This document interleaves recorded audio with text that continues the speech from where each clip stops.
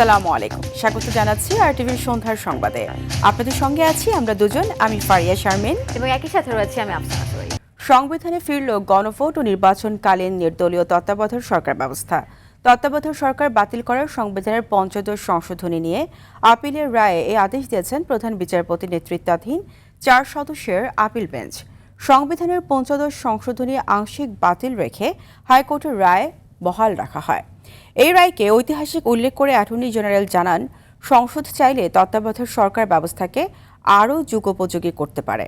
আইনমন্ত্রী জানিয়েছেন, তত্ত্বাবধায়ক সরকারের অধীনেই হবে আগামী জাতীয় সংসদ নির্বাচন। এজন্য আগামী সংসদ অধিবেশনে বিল আনা হবে। জিএম মাহমুদের রিপোর্ট। 2011 সালের 30 জুন নবম জাতীয় সংসদে পাশ হয় সংবিধানের পঞ্চদশ সংশোধনী, যার মাধ্যমে নির্বাচনকালীন তত্ত্বাবধায়ক সরকার ব্যবস্থা বাতিল, শেখ মুজিবুর রহমানকে জাতির জনক স্বীকৃতি দেয়া সহ প্রায় 54টি ক্ষেত্রে পরিবর্তন আনা হয়। 24-এর গণঅভ্যুত্থানে আওয়ামী লীগ সরকারের পতন হলে আলোচনায় আসে সংশোধনীটি। পরে অন্তর্বর্তী সরকারের সময় এটি বাতিল চেয়ে করা রিটের রায়ে কয়েকটি বিধানকে অসাংবিধানিক ঘোষণা করে হাইকোর্ট। এতে তত্ত্বাবধায়ক সরকার ফেরার পথ খুললেও কিছু জটিলতা থেকে যাওয়ায় বিএনপি, জামায়াত ও সুজন সহ কয়েকটি পক্ষ আপিল করে।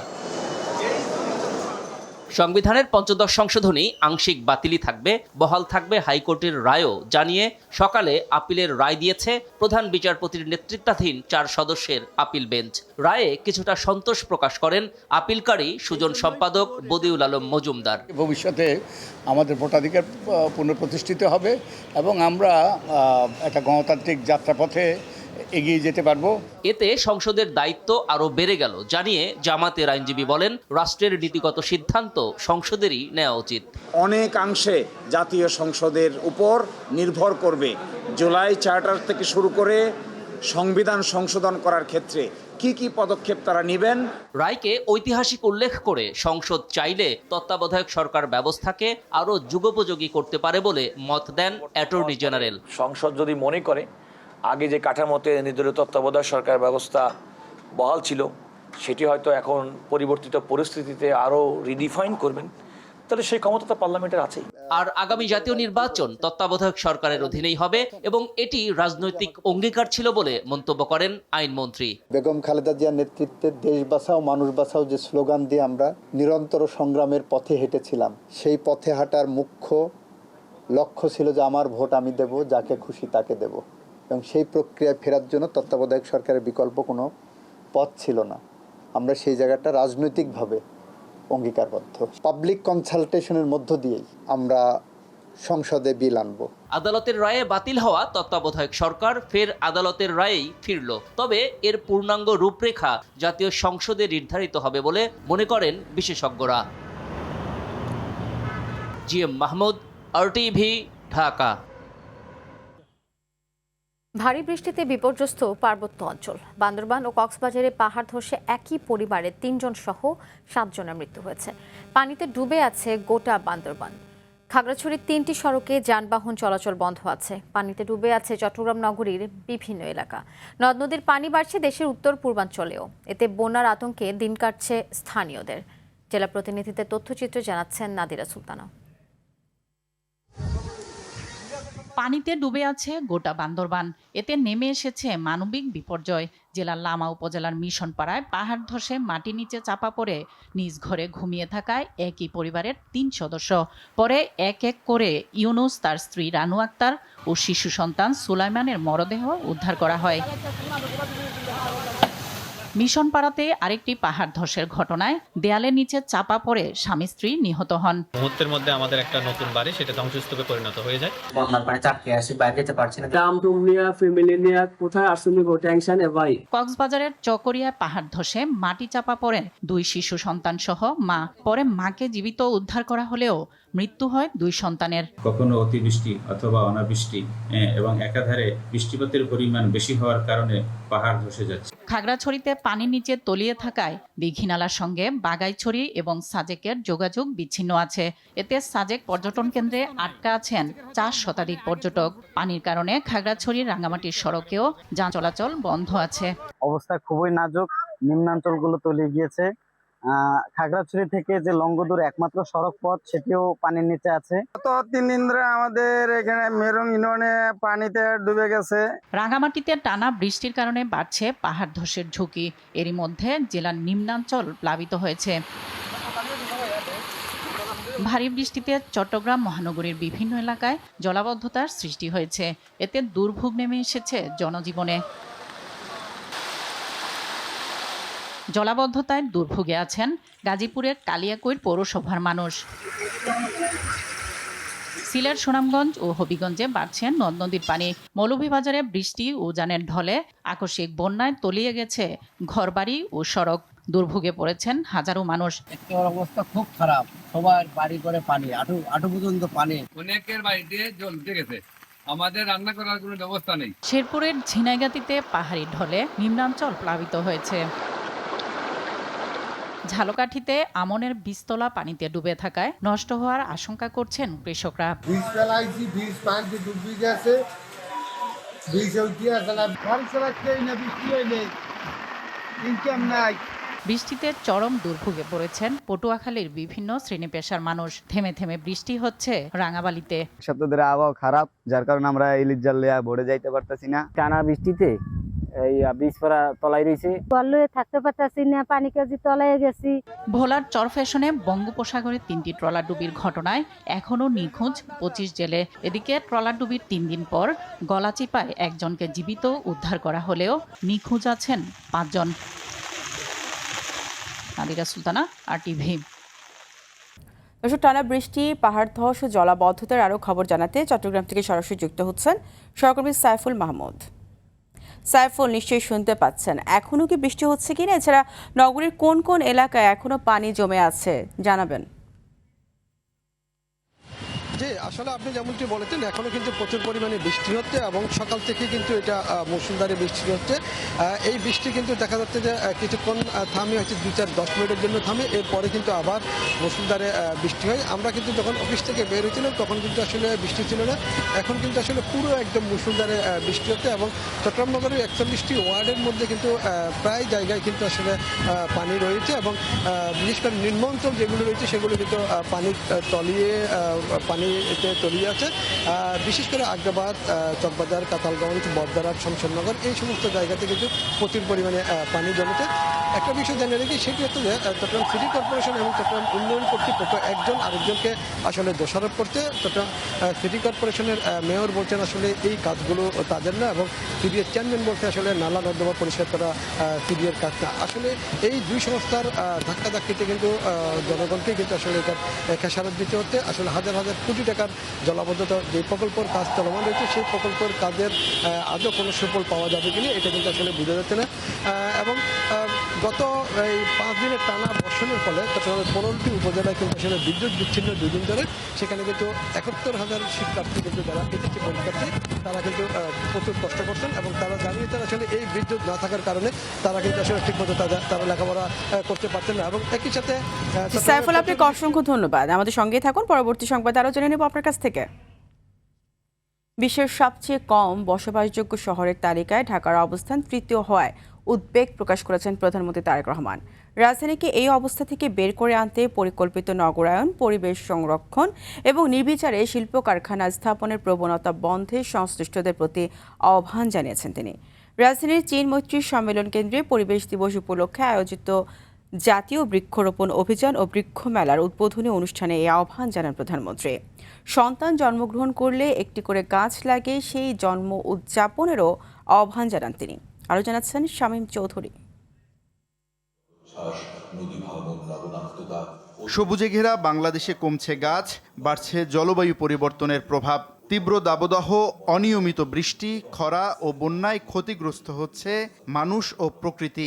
এই সংকট মোকাবেলায় একটি সবুজ, নিরাপদ ও বাসযোগ্য দেশ গড়তে বাবা শহীদ রাষ্ট্রপতি জিয়াউর রহমান ও মা সাবেক প্রধানমন্ত্রী বেগম খালেদা জিয়ার মতোই উদ্যোগ নিয়েছেন প্রধানমন্ত্রী তারেক রহমান।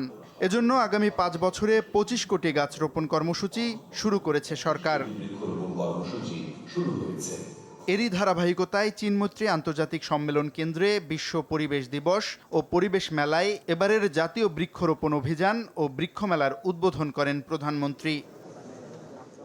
বন অধিদপ্তরের আয়োজনে এ অনুষ্ঠানে পরিবেশ সংরক্ষণে বিশেষ অবদানের জন্য 3 ব্যক্তি ও 3টি প্রতিষ্ঠানের হাতে জাতীয় পরিবেশ পদক 2025, 5 ব্যক্তি ও প্রতিষ্ঠানকে বন্যপ্রাণী সংরক্ষণ পুরস্কার 2026, বৃক্ষরোপণে 7 ব্যক্তি ও প্রতিষ্ঠানকে জাতীয় পুরস্কার 2025 ও সামাজিক বনায়নের জন্য উপকারভোগীদের হাতে লভ্যাংশের চেক তুলে দেন সরকার প্রধান। বক্তব্যে প্রধানমন্ত্রী বলেন, সরকার পরিবেশকে আলাদা খাত হিসেবে নয়, একটি উন্নয়নের ভিত্তি হিসেবে দেখছে। বলেন, ইকোসিস্টেম বজায় রাখতে হবে। সবুজনের সামাজিক আন্দোলনের পাশাপাশি পরিবেশ সংরক্ষণে সরকারিভাবে আমরা অনেকগুলো উদ্যোগ গ্রহণ করেছি। শিক্ষা প্রতিষ্ঠানে গ্রিন ভলেন্টিয়ারিজম চালু করার একটা পদক্ষেপ আমরা নিয়েছি। 90,000-এর মতন গাছ আমরা বিভিন্ন স্কুলে সেদিন রোপণ করা হয়েছে। একই সঙ্গে ক্লাইমেট ইয়ুথ ফেলোশিপ চালু এবং এনভায়রনমেন্ট স্টার্টআপ ফান্ড সহ বেশ কিছু উদ্যোগ আমরা গ্রহণ করেছি। পরিবেশ সুরক্ষায় প্লাস্টিক বর্জ্য কমিয়ে আনতে সরকার বিভিন্ন উদ্যোগ নিয়েছে জানিয়ে এ নিয়ে সবাইকে আরও বেশি সচেতন হওয়ার কথাও বলেন সরকার প্রধান। প্লাস্টিক বর্জ্য উল্লেখযোগ্যভাবে কমিয়ে আনার লক্ষ্যে সরকার ইতিমধ্যে কাজ শুরু করেছে বা করার চেষ্টা করছে সরকার।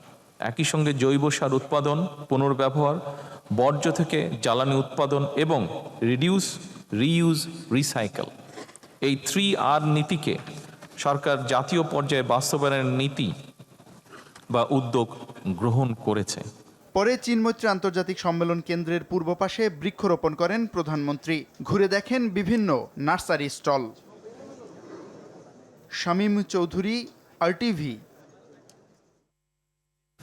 আগামী 5 বছরের মধ্যে 1 কোটি দক্ষ কর্মী বিদেশে পাঠানোর পরিকল্পনা নেওয়া হয়েছে বলে জানিয়েছেন প্রবাসী কল্যাণমন্ত্রী আরিফুল হক চৌধুরী।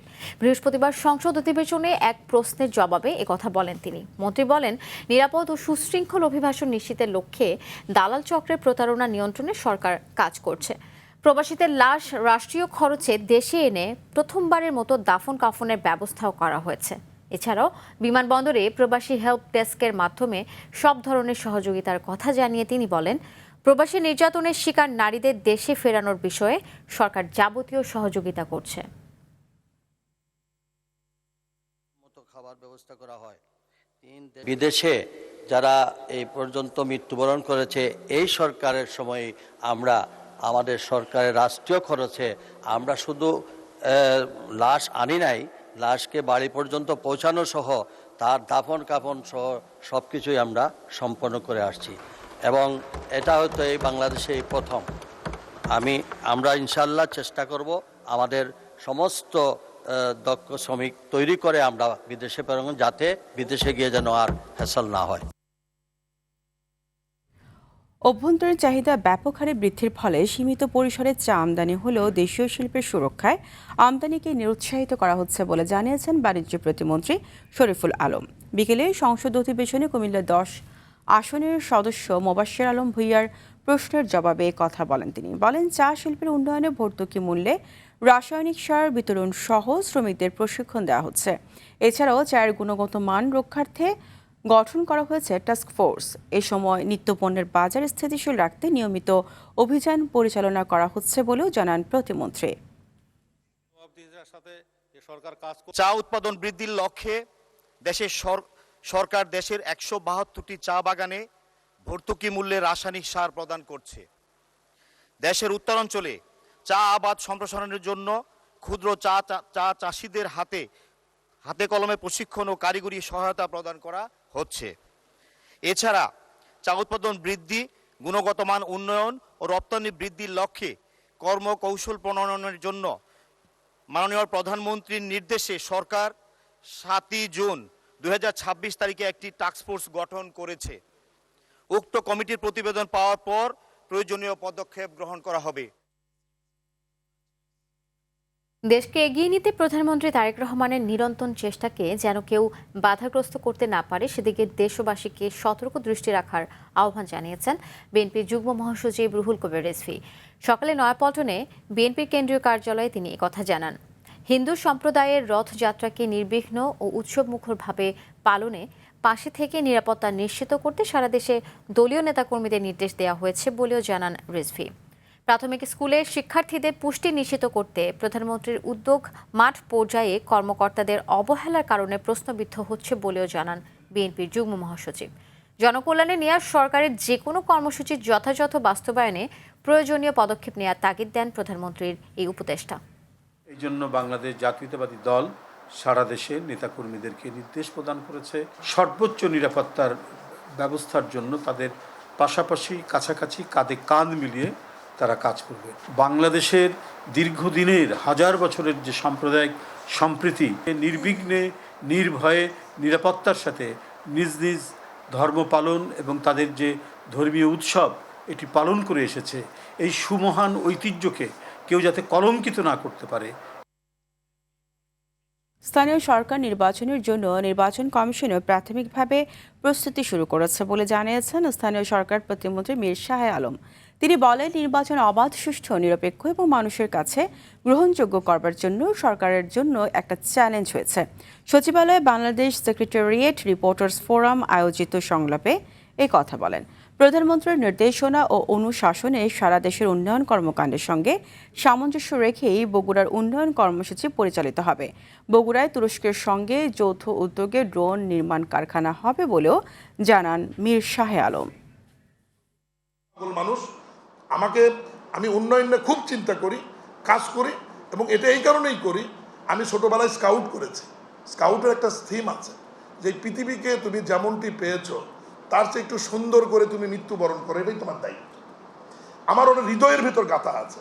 আমি আমার উপজেলা দুটিকে যেমন পেয়েছি তার চাইতে একটু ভালো করে রেখে গেলে অন্তত পক্ষে মানুষ কিছুদিন আমার কথা মনে রাখবে যে এই ভদ্রলোকটি জনপ্রতিনিধি ছিল। তার সময় আমাদের হেলিপ্যাড হয়েছে, অডিটোরিয়াম হল হয়েছে, শিশু পার্ক হয়েছে, নতুন 4টি ইউনিয়ন হয়েছে। গ্রামের মানুষকে বেসরকারি ক্লিনিকের খপ্পর থেকে রক্ষা করতে প্রত্যেক হাসপাতালে প্যাথোল্যাব স্থাপন সহ 10 শয্যার কিডনি ডায়ালাইসিস সেন্টার করা হচ্ছে বলে জানিয়েছেন স্বাস্থ্যমন্ত্রী সরদার মোহাম্মদ সাখাওয়াত হোসেন। বৃহস্পতিবার সংসদ অধিবেশনে প্রশ্নোত্তর পর্বে এই কথা বলেন তিনি। মন্ত্রী বলেন, প্রধানমন্ত্রীর দেয়া ঘোষণা অনুযায়ী আগস্টের মধ্যেই উপজেলা হাসপাতালগুলোকে 101 শয্যায় উন্নীতকরণের দরপত্র দেওয়া হবে। এছাড়াও এবছরে 100 হাসপাতালে একটি করে অ্যাম্বুলেন্স দেওয়ার ঘোষণা দিয়ে মন্ত্রী বলেন, কমিউনিটি ক্লিনিক সহ সকল স্বাস্থ্য কেন্দ্রগুলোকে নতুনভাবে সাজিয়ে স্বাস্থ্যসেবাকে জনগণের দোরগোড়ায় নিয়ে যাওয়া হবে। প্রত্যেকটা হাসপাতালের জন্য আজকে ফিজিবিলিটি স্টাডির নির্দেশ দিয়েছি।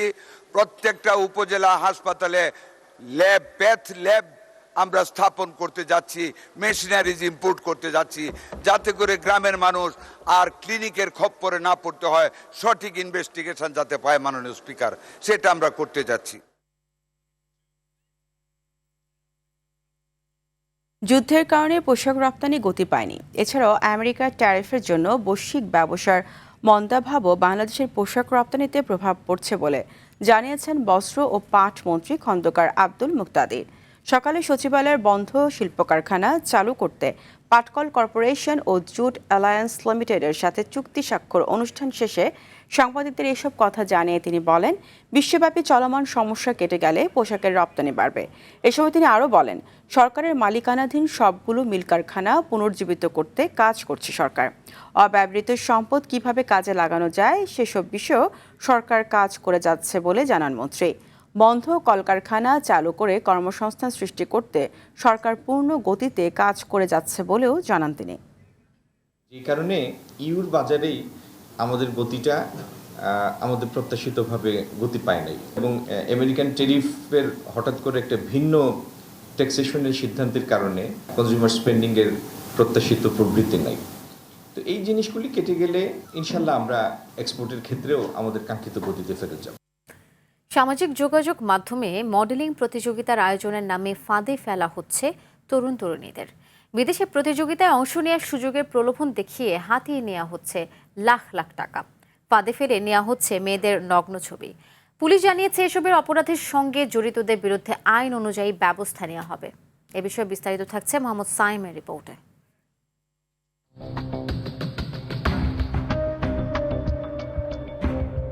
সামাজিক যোগাযোগ মাধ্যমে ওয়ার্ল্ড ট্যুরিজম বিউটি কন্টেস্টের বিজ্ঞাপন দেখে অংশগ্রহণ করে এই তরুণী। কয়েকটি শো শেষে তাকে অফার করা হয় 5 লাখ টাকার বিনিময়ে শ্রীলঙ্কায় ওয়ার্ল্ড ট্যুরিজম বিউটি কন্টেস্টে বাংলাদেশের প্রতিনিধি হিসেবে অংশ নেয়ার সুযোগ করে দেয়া হবে। এজন্য এপি প্রোডাক্ট হাউজের মহাপরিচালক রাহাতুল হোসেন আরমানের সঙ্গে চুক্তিও হয় এই তরুণীর। এরপর কাস্টিংয়ের জন্য যোগাযোগ করতে বলা হয় ফটোগ্রাফার জাহিদ হোসেনের সঙ্গে। সেখানেই ঘটে বিপত্তি। কাস্টিংয়ের জন্য চাওয়া হয় নগ্ন ছবি। কেউ ছবি পাঠায় একদম পুরো খোলামেলা, আবার কেউ হচ্ছে অর্ধনগ্ন। তো এটা স্বাভাবিক, আমরাও স্বাভাবিকভাবে দেখি, যারা মডেলিং করে তারাও স্বাভাবিকভাবে। আমাকে কাস্টিং কলের জন্য একজনের নাম্বার দেওয়া হয়, নাম্বার দেবার পর সে আমার কাছে আপত্তিকর ছবি ভিডিও চায়। সন্দেহ হওয়ায় চুক্তি থেকে বেরিয়ে আসতে চাইলেই পোশাক পরিবর্তনের ভিডিও ফাঁস করে দেওয়ার হুমকি দেয়া হয়। 20 লাখ টাকা দাবি করে বাসায় পাঠানো হয় উকিল নোটিশও। যখন আমি দিতে নিষেধ করি তখন তারা নানাভাবে আমাকে হুমকি ধামকি দিতে থাকে যে ড্রেসিং রুমের পোশাক বদলানোর ভিডিওগুলি তারা সামাজিক যোগাযোগ মাধ্যমে ছড়িয়ে দেবে। অভিযোগের সত্যতা জানতে এপি প্রোডাক্ট হাউসের খোঁজে আরটিভি। উকিল নোটিশে দেয়া তাদের ঠিকানায় গিয়ে প্রতিষ্ঠানটির কোনো অস্তিত্ব পাওয়া যায়নি। সরকারি নিবন্ধন খুঁজেও মেলেনি তাদের নাম। তবে মিরপুর 1 নম্বরে সৃষ্টিশীল একাডেমিতে ভাড়ায় বিভিন্ন কার্যক্রম চালায় তারা। অভিযুক্ত এপি প্রোডাক্ট হাউসের মহাপরিচালকের সঙ্গে যোগাযোগ করলে এ নিয়ে ক্যামেরায় কোনো কথা বলতে রাজি হননি তিনি।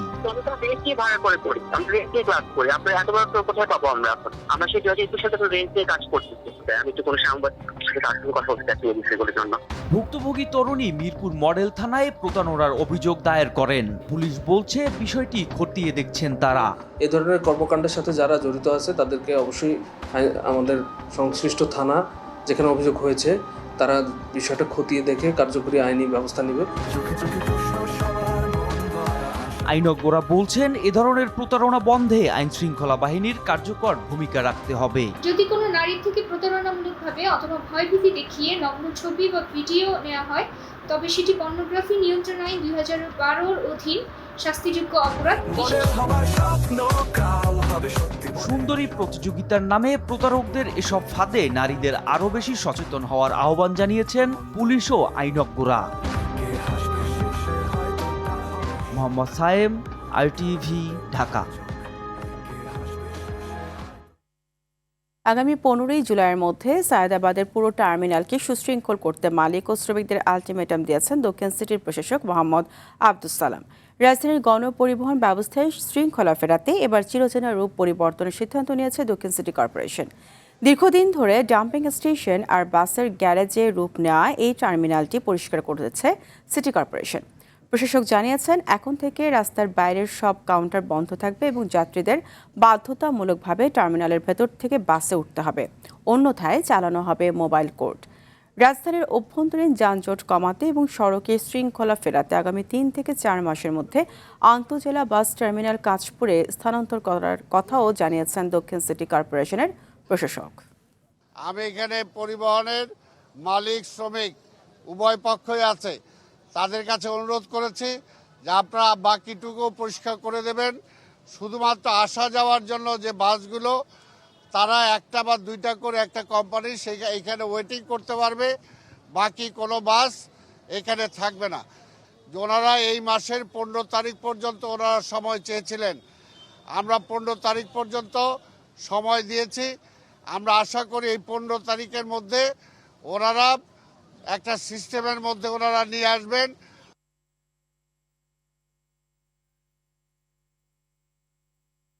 রাজধানীর বসুন্ধরা সিটি শপিং কমপ্লেক্সে বিএসটিআই এর অভিযান পরিচালনা করা হয়েছে। এ সময় বেশ কয়েকটি প্রতিষ্ঠানকে অর্থদণ্ড ও অনাদায়ে কারাদণ্ডের আদেশ দেওয়া হয়। বৃহস্পতিবার দুপুরে বিএসটিআই এর নির্বাহী ম্যাজিস্ট্রেট সাবিকুন নাহারের নেতৃত্বে এই অভিযান পরিচালনা করা হয়। অভিযানের শুরুতেই তল্লাশি চালানো হয় জনপ্রিয় প্রতিষ্ঠান আলমাস সুপার শপে। এ সময় বিএসটিআই এর অনুমোদন ও আমদানি প্রয়োজনীয় কাগজপত্র দেখাতে না পারায় প্রতিষ্ঠানটিকে 5 লাখ টাকা জরিমানা এবং অনাদায়ে 6 মাসের কারাদণ্ড দেওয়া হয়। পরে সোফিয়াস বিউটি জোন সহ আরও বেশ কয়েকটি দোকানে অভিযান চালিয়ে একই ধরনের অপরাধে বিভিন্ন অঙ্কের অর্থদণ্ড দেওয়া হয়। বিএসটিআই জানিয়েছে বাজারে নিরাপদ খাদ্য ও মানসম্মত পণ্য নিশ্চিত করতে এই ধরনের সাঁড়াশি অভিযান নিয়মিত বজায় থাকবে। বাংলাদেশ সরকারের অর্থ মন্ত্রণালয়ের তত্ত্বাবধানে মার্কেন্টাইল ব্যাংক পিএলসির আয়োজনে প্রশিক্ষণ কর্মশালার উদ্বোধন করা হয়েছে। চট্টগ্রামের আগ্রাবাদ এলাকার একটি বেসরকারি রেস্টুরেন্টে এই কর্মশালার উদ্বোধন করা হয়। অনুষ্ঠানে প্রধান অতিথি ছিলেন অর্থ মন্ত্রণালয়ের অর্থ বিভাগের অতিরিক্ত সচিব সায়েদা আমিনা ফাহমিন। বিশেষ অতিথি ছিলেন বাংলাদেশ ব্যাংকের নির্বাহী পরিচালক হুসনে আরা শিখা। কর্মশালায় 25 জন অংশগ্রহণ করেন। সন্ধ্যার সংবাদ এই পর্যন্তই।